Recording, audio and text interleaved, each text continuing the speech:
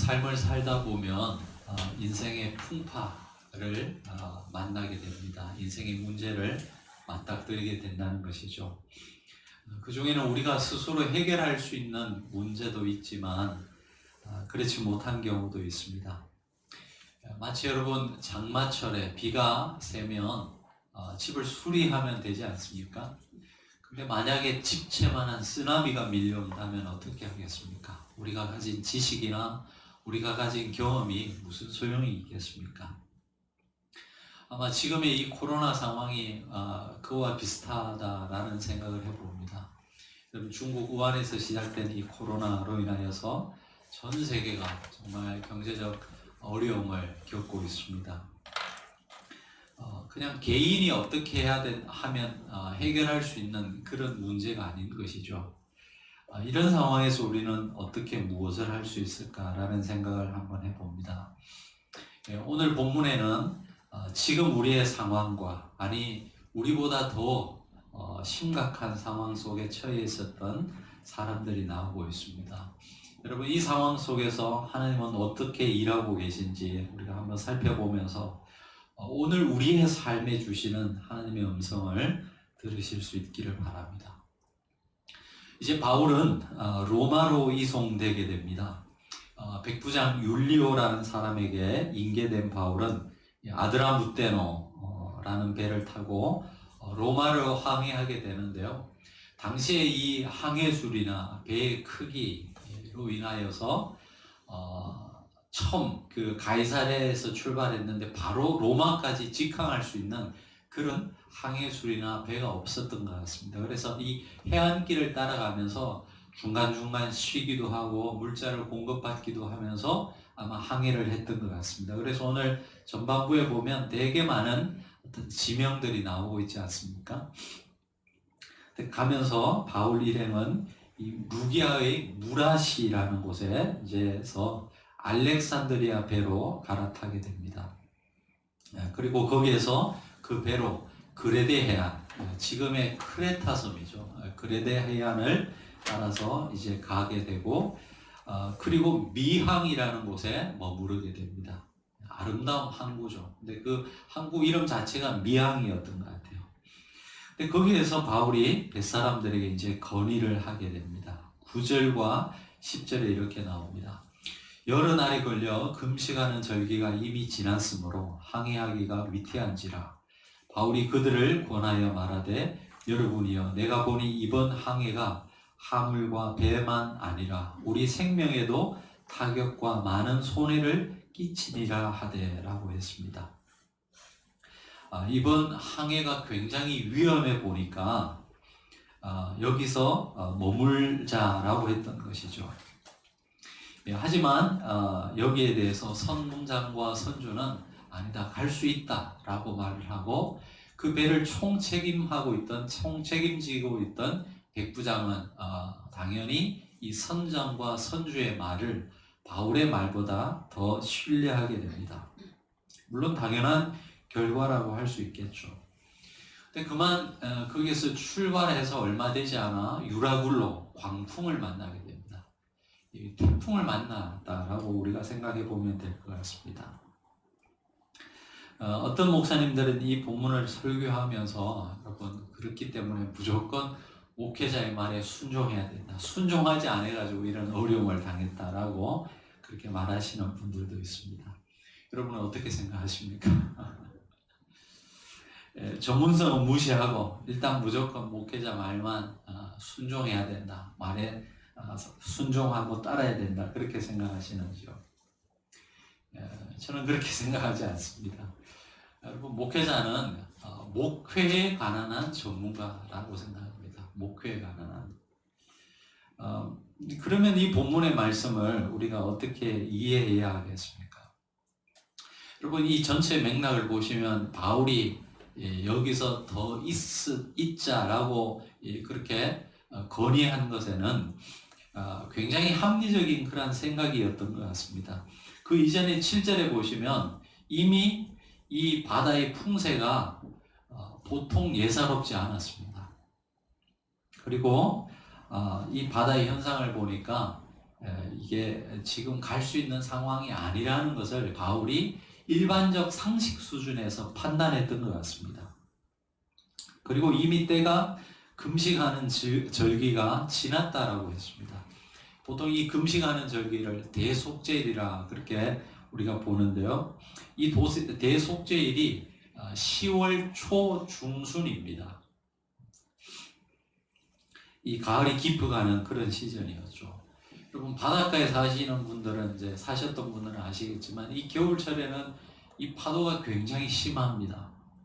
그래서 역사적 사료들에 보시면 이 지중해 11월 초부터 거의 3월 초까지는 이 항해가 금지되던 그런 시기였습니다.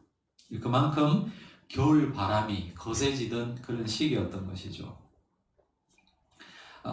그런 어떤 일반적 상식 수준에서 바울이 판단해 보니까 지금 우리의 이 항해가 예사롭지 않다라는 거예요. 그리고 이렇게 계속 가다가는 어려움을 당할 것이라는 그런 취지를 갖고 설명을 했던 것이죠. 근데 이 선장과 선주는 아마도 이 전체적인 뉘앙스를 보면 자신들의 수많은 그런 바다에서의 경험과 그런 지식, 배에 관한 지식을 가지고 있었던 것 같은데 거기에 대한 어떤 과신을 자기 자신을 스스로 너무나 과신했던 것 같습니다.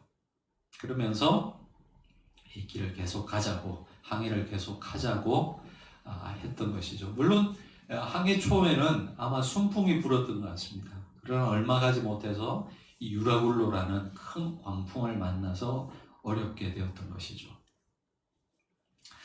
저는 목회자가 여러분 하는 일의 전문적 분야에 대해서 이래라 저래라 이렇게 말하는 것은 그렇게 바람직하지는 않는 것이라고 생각합니다.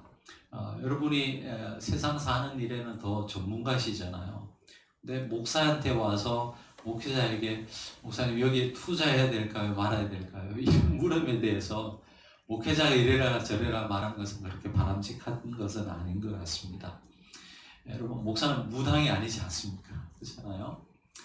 그러나 여러분 여러 사람들을 만나다 보니까 아마 여러분들하고 이야기하다가 조금 보면은 이분이 지금 가지고 있는 어떤 영적인 문제, 물론 그것이 일반적 어떤 삶과 다 연관되어 있는 것이죠. 그런 것은 대충 이야기를 들어보면 알 수 있을 것 같아요. 그래서 그런 면에 있어서 조언을 해드린다면 그것은 여러분들이 귀를 기울이셨으면 좋겠습니다. 그러나 여러분이 세상을 살아가면서 정말 여러분이 아는 그런 전문적인 지식에 대해서 목회자에게 도움을 구한다면 별로 해드릴 수 있는 말이 없을 것 같습니다. 자, 아무튼 자신들의 경험과 지식만을 의지했던 이 선장과 선주의 잘못된 선택으로 인해서 이 배에 탔던 276명의 사람들 전체의 생명이 위협을 겪는 상황을 맞닥뜨리게 됩니다. 자, 이때 하나님은 어떻게 이들을 구원해 가셨는지를 우리가 오늘 한번 살펴보면서 오늘 우리 상황에서 하나님 주시는 그런 음성을 들을 수 있기를 바랍니다. 먼저 하나님은 바울의 정체성을 재확인해 주십니다. 우리 23절의 말씀을 우리 같이 한번 읽어보시겠습니다. 우리 27장 23절의 말씀인데요. 같이 한 목소리를 읽어보시겠습니다. 내가 속한 바 곧 내가 섬기는 하나님의 사자가 어젯밤에 내 곁에 서서 말하되. 자, 첫 말씀이 내가 속한 바, 내가 속한 바. 굉장히 중요한 말씀입니다. 여러분 바울이 내가 속한 바라고 했을 때 자신이 누구에게 지금 속했다라는 것을 의미하고 있죠? 하나님께 속한 자신을 고백하고 있습니다. 자신이 누구인지 고백하는 일로부터 하나님의 이 구원 사역은 시작되고 있음을 우리가 알 수 있습니다.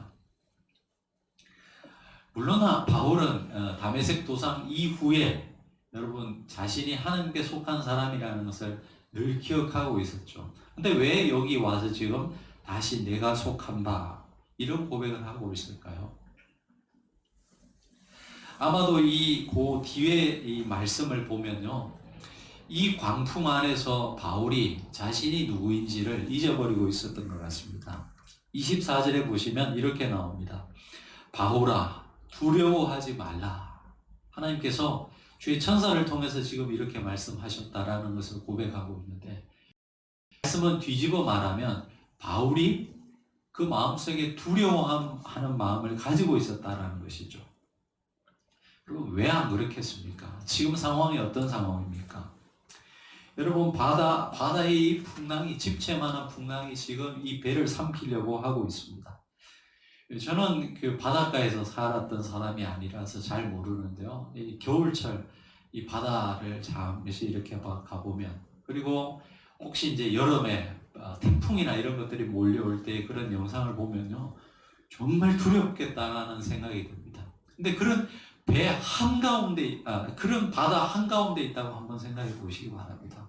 얼마나 두렵겠습니까?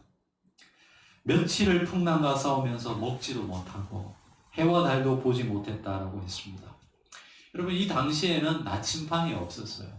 그래서 항해하는 사람들이 낮에는 그냥 지형을 보면서 가겠지만 밤에는 이 북극성이라든지 이 어떤 좌표가 있어야지 갈 수 있는 건 아니겠습니까? 근데 지금 이 해와 이 달과 별이 보이지 않는다라고 하는 것은 이제는 도무지 이 목표점을 잃어버리고 어디로 가야 할지 모르는 그런 상황 속에 있다는 것이죠. 구원의 희망까지 없어졌다라고 20절에 말씀하고 있습니다. 자, 그런 바다 한가운데서 바울이 느꼈던 그 공포, 우리가 짐작할 수 있겠죠. 하나님을 믿는다고 하지만 이런 상황에 놓이면 여러분, 그 상황에 압도되어서 우리가 하나님을 잊어버리는 경우를 우리는 종종 우리 자신의 삶에서 경험하지 않습니까? 지금 바로 이 바울의 상황이 그랬던 것 같습니다. 하지만 그 폭풍의 한복판에서 하나님은 바울에게 말씀하셨던 것이죠. 바울아, 너는 누구냐? 너는 누구에게 속한 사람이냐? 이 말씀은 나오지 않지만 여러분, 이 전후 문맥을 우리가 상상해 본다면 충분히 이렇게 하나님께서 말씀하셨을 것이다 라고 생각할 수 있는 대목입니다. 그러면서 바울은 자신의 삶을 반추해 보았을 것입니다. 지금까지 인생이 어떻게 진행되어 왔는지, 그러면서 숱한 그 죽음의 골짜기를 지나면서도 하나님께서 그를 보호해 주셨던 그런 옛 일들을 기억하면서, 그래, 내가 지금까지 살아온 것도 하나님의 은혜 때문이었지. 그 하나님이 내 삶에 지금도 함께 하신다는 것을 깨달았던 것이죠. 그러면서 자신이 믿는 하나님이 누구인지, 그리고 그 앞에 서 있는 내 자신이 누구인지를 다시 생각해 보면서 바울이 이런 고백을 하고 있습니다. 내가 속한 바. 여러분, 빌립보서 3장 20절에는 바울이 빌립보 감옥에서 이렇게 자신을 고백하고 있습니다. 빌립보 감옥이 아니라 로마의 감옥에서 빌립보 교인들을 향해서 이렇게 고백하고 있습니다. 우리의 시민권이 하늘에 있다라고 말하면서, 비록 이 땅에 살고 있지만 우리는 이 땅에 속한 사람이 아니고 하나님 나라의 시민이라는 것을 고백하고 있습니다. 여러분, 미국 시민권을 가진 자들, 미국 국민들이 어떤 어려움에 처했을 때 미국 정부가 취하는 그런 모습들을 보면서 우리가 종종 감동을 받지 않습니까? 여러분, 그 나라 출신도 아니고 그곳에 가서 이민을 가서 미국 시민이 된 그런 사람들, 한인 2세들도 많이 있습니다. 자, 그런 사람들이 북한에 억류되었을 때 어떻게 했습니까? 여러분, 전직 대통령을 보내가지고 자기 국민을 데리고 오는 그런 모습들을 우리가 보면서 참 대단하고 또 감동을 받을 때가 있죠. 시민권을 가졌다라는 것은 그 국가가 그 나라 백성들을 책임져 주겠다라는 것에 대한 증표 아니겠습니까? 바울이 그 고백하고 있는 것입니다. 우리의 시민권이 하나님께 속했다는 것은 하나님께서 우리의 삶을 책임져 주시는 분이라는 것에 대한 고백인 것이죠. 여러분, 이 코로나 상황에서 우리가 한 치 앞을 볼 수 없는 미래가 우리를 기다리고 있다라고 하는 이 두려움 앞에서 우리가 무엇을 붙들어야 되겠습니까? 우리에게 필요한 것이 무엇이겠습니까?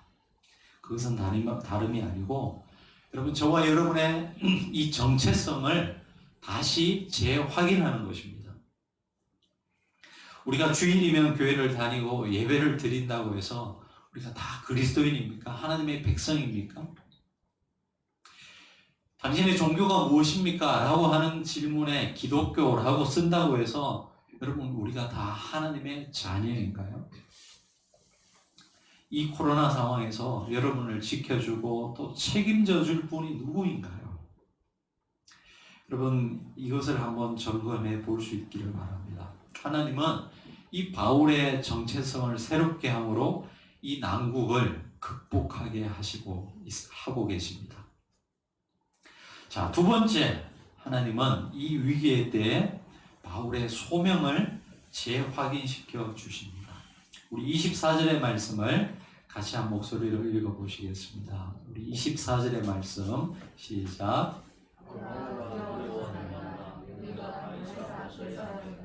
또 하나님께서 너와 함께 항해하는 자를 다 내게 주셨다 하셨으니.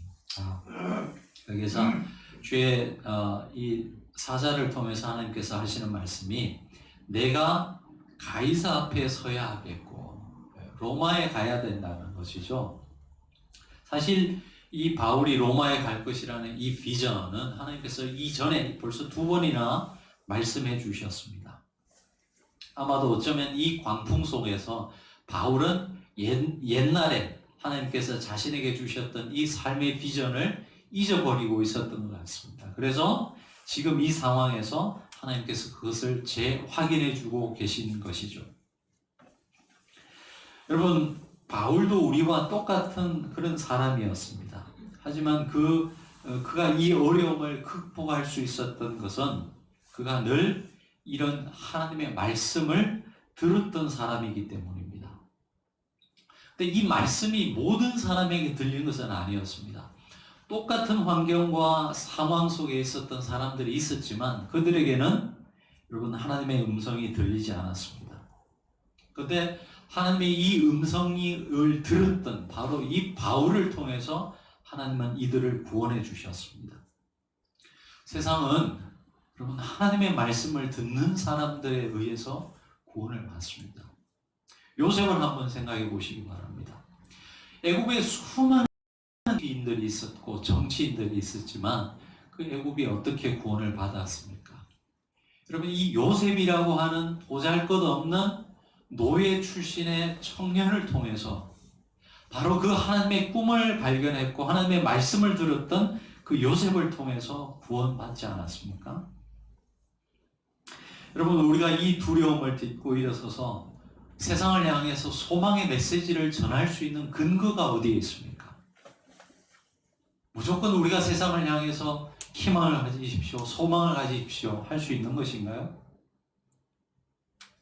바로 저와 여러분이 하나님의 음성을 들을 때 우리가 이 세상을 향해서 소망의 메시지를 전할 수 있는 것입니다. 바울이 이 말씀을 받았던 그날 밤을 한번 상상해 보시기 바랍니다. 엄청난 바람이 불면서 그로 인해서 거친 그런 파도 소리로 사람들의 귀를 때리지 않았겠습니까? 근데 바로 그때 바울에게 하나님의 음성이 들렸다는 것 아니겠습니까?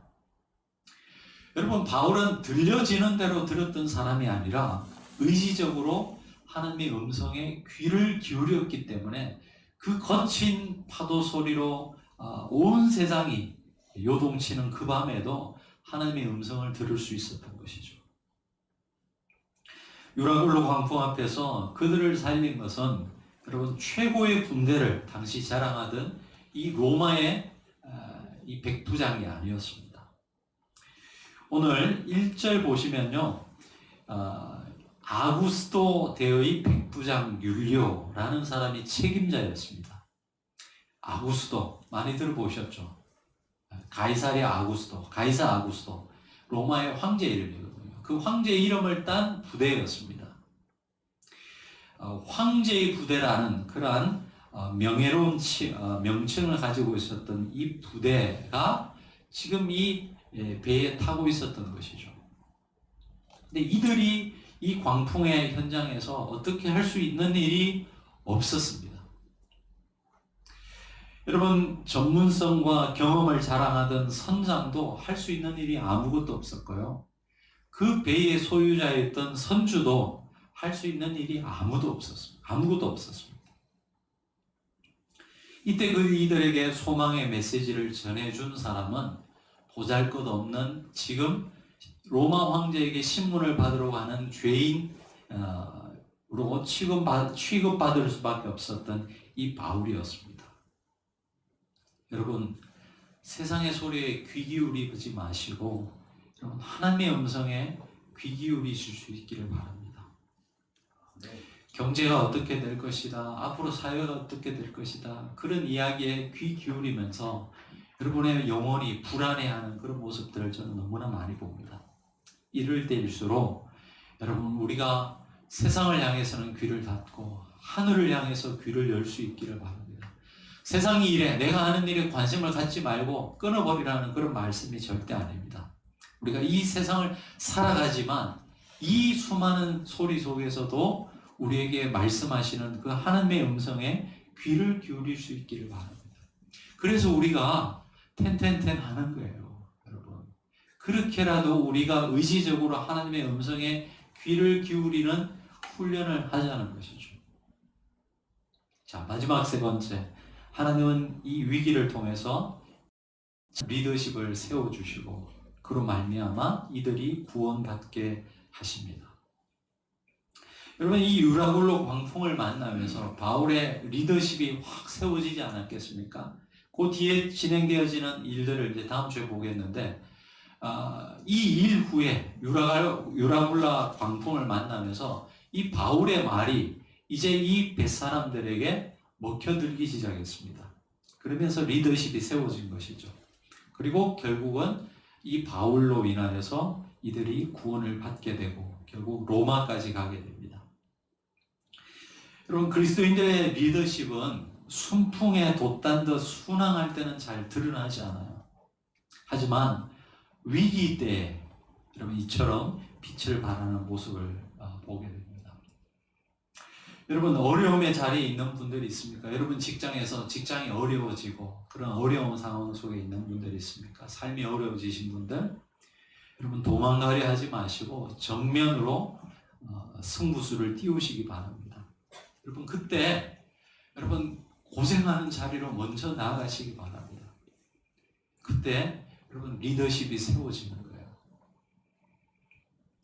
제가 주님의 교회에 있을 때 코스타리카 단기 선교를 갔던 기억이 있습니다. 중미잖아요, 중미. 근데 가는 데만 36시간 걸리더라고요. 얼마나 힘든지 몰랐습니다. 갔는데 단기 선교 갈 때마다 참 많은 은혜를 받았는데, 제가 단기 선교를 갈 때마다 좀 다짐하는 것들이 있습니다. 그래서 이렇게 뒷짐지고 있지 말고 최선을 다하자, 그런 생각을 늘 하게 됩니다. 왜냐하면 여러분, 같이 가는 분들 생각해 보면 우리 성도님들은 자비량으로 자기가 돈 내가지고, 또 어떤 분들은 휴가를 내서, 얼마나 1년에 한 번밖에 없는 휴가 귀하겠어요. 근데 그 휴가를 내서 가는 거거든요. 근데 목회자는 그런 것도 아니고 얼마나 빚진 마음을 가져야 되겠습니까? 그래서 가면, 또 제가 제일 젊었어요. 그래서 우리가 이제 미니 버스를 타고 이제 산을 이렇게 돌아다니면서 그 인디오들을 만나고 이제 복음을 전하고 했는데, 이 짐이 다들 있지 않습니까? 15kg에서 20kg 캐리어를 다 옮기니까 그걸 이제 지붕에 싣거든요. 그럼 제가 그냥 앞장서서 그걸 이제 짐을 싣고 했습니다. 여성분들이 대부분이고 남성분들은 딱 2분밖에 없었어요. 저보다 다 연세가 많으신 분들이라 제가 싣고 했는데, 한 3, 4일 남겨두고 허리가 삐끗했어요. 허리가 삐끗했어요. 그래서 이제 다들 걱정을 해주시고 그랬는데, 그때 같이 갔던 분들 가끔씩 만나면요, 그때 일을 아직도 기억하시고 있더라고요. 감사하면서. 그래서 제가 참 우리 목회자 후배들 만나면 그런 말씀들을 전해주고 싶었다고요. 교회가 어떤 어려움을 겪을 때 뒤로 빠지지 마시고, 그때는 목회자가 진짜 리더십을 발휘할 수 있는 시기거든요. 그래서 교회에 고생하는 자리가 있다면 하나님 주신 기회라 생각하고 먼저 가시라고, 그런 권면의 말씀을 드리고 싶었습니다. 여러분, 여러분의 리더십, 여러분의 가정에서 아니면 직장에서 어디서든지 여러분 리더십이 언제 세워집니까? 사실은 그 사람이 먼저 짐을 지고 다른 사람들을 책임지고 짐을 지고 고생하는 자리로 나아갈 때 사실은 리더십이 세워지는 것입니다. 결국 이 어려움 속에서 바울은 이 유라굴로 광풍을 만나면서 이 바울의 리더십이 확실히 세워지게 됩니다. 그리고 결국은 그것 때문에 이들이 구원을 받게 되었다는 것입니다. 말씀을 맺겠습니다. 제주도에 가면 미로를 많이 만들어놨어요. 관광 상품으로. 한번 가보셨습니까? 이렇게 나무를 키워가지고 미로를 만들었는데, 미로에 가면 이제 입구가 있고 출구가 있지 않습니까? 많이 헤매죠. 많이 헤매입니다. 그때는 어떻게 해야 되겠습니까? 그 보면 전망대가 있거든요. 전망대에 올라가면 그때 미로 안에서 들어가서는 보지 못했던 길이 보입니다. 위에서 보면. 그렇죠? 마찬가지로 여러분, 지금 우리가 읽은 이 본문의 상황을 빠져나와서 우리가 멀리서 한번 바라보시기 바랍니다. 이 배에 타고 있었던 사람들이 276명이었는데요. 이 사람들이 어떻게 해서 구원을 받았습니까? 누구 때문에 구원을 받았습니까? 사실은 바울 때문에 살아난 거예요. 그 안에 들어있는 사람들은 몰랐겠죠. 그렇죠? 그러나 우리가 멀리서 이 사건을 바라보면 사실 이 배의 운명은 바로 이 하나님의 사명, 하나님의 비전을 가지고 있었던 바울 때문에 이 전체, 이 배에 속한 모든 사람들이 다시 살아난 것입니다. 이 세상이 왜 소망이 있습니까? 바로 하나님의 사명을 받은 사명자들 때문에 여러분, 이 세상은 소망이 있고 희망이 있습니다. 어떤 분은 이렇게 말할 수 있을 겁니다. 목사님, 먹고 살기도 하루하루 힘든데 무슨 소명이라는 것을 이야기합니까? 너무 사치스러운 단어가 아닙니까? 아니요. 여러분, 생의 의미를 찾는 사람이 여러분 고난을 이겨낼 수 있습니다. 크든 작든 저와 여러분을 향하신 하나님의 뜻이 있고 우리를 이 땅에 살게 하시는 하나님의 목적이 있음을 우리는 믿죠. 그 사명, 그 비전을 가지고 있는 사람들을 통해서 하나님은 이 땅을 구원하신다는 것을 꼭 기억하실 수 있었으면 좋겠습니다. 이 코로나 상황을 헤쳐나가는 사람은 누구입니까? 그런 면에서 본다면 바로 사명을 가진 사람들입니다. 사명을 가진 아내, 남편, 그 사람 때문에 여러분의 가정이 살아나고 여러분의 직장이 소망을 꿈꿀 수 있는 것입니다. 여러분의 직장에서 하나님께서 여러분을 그곳에 보내셨다면 왜 나를 이곳에 보내셨을까를 이번 주에 한번 생각해 보시기 바랍니다. 그것이 확실하다면 여러분을 통해서 이루시고자 하는 분명한 뜻이 있을 줄 알고 여러분 때문에 사실은 그 직장이 살아날 수 있을 줄로 믿습니다. 그리고 여러분 때문에 여러분의 가정이 소망을 가질 수 있는 것이라 생각되어집니다. 오늘 이 바울의 이야기를 통해서 오늘 우리에게 하시는 주의 음성을 들으실 수 있기를 바랍니다. 기도하시겠습니다. 하나님 아버지, 칠흑 같은 어두움, 바람과 파도 소리에 우리의 온 영혼을 삼켜버릴 것만 같은 이 죽음의 공포 앞에서 세미한 주의 음성을 들었던 바울, 바로 그를 통하여서 그 배의 운명은 좌우되었던 모습을 봅니다. 하나님, 보잘것없는 우리이지만 우리가 하나님의 음성에 귀 기울이고 우리를 향하신 하나님의 뜻을 알 때 바로 우리를 통해서 우리가 몸담고 있는 삶의 자리자리들을 변화시키시고 참된 소망을 우리에게 주실 줄로 믿습니다. 우리 광야의 교회 성도들 한 분 한 분 우리를 향하신 하나님의 뜻을 알게 하시고 우리가 살아가는 가정에서, 우리가 살아가는 직장에서, 모든 삶의 영역에서 하나님의 그 뜻을 이루며 살아가는 이 한 주가 되게 하시고, 이 온갖 소리들이 우리의 영혼을 삼켜버릴 것만 같은 이 혼탁한 세상 속에서도 우리를 향해서 말씀하시는 주의 그 세미한 음성에 귀 기울일 수 있는 저희들의 삶 되게 도와 주옵소서. 예수님 이름으로 기도합니다.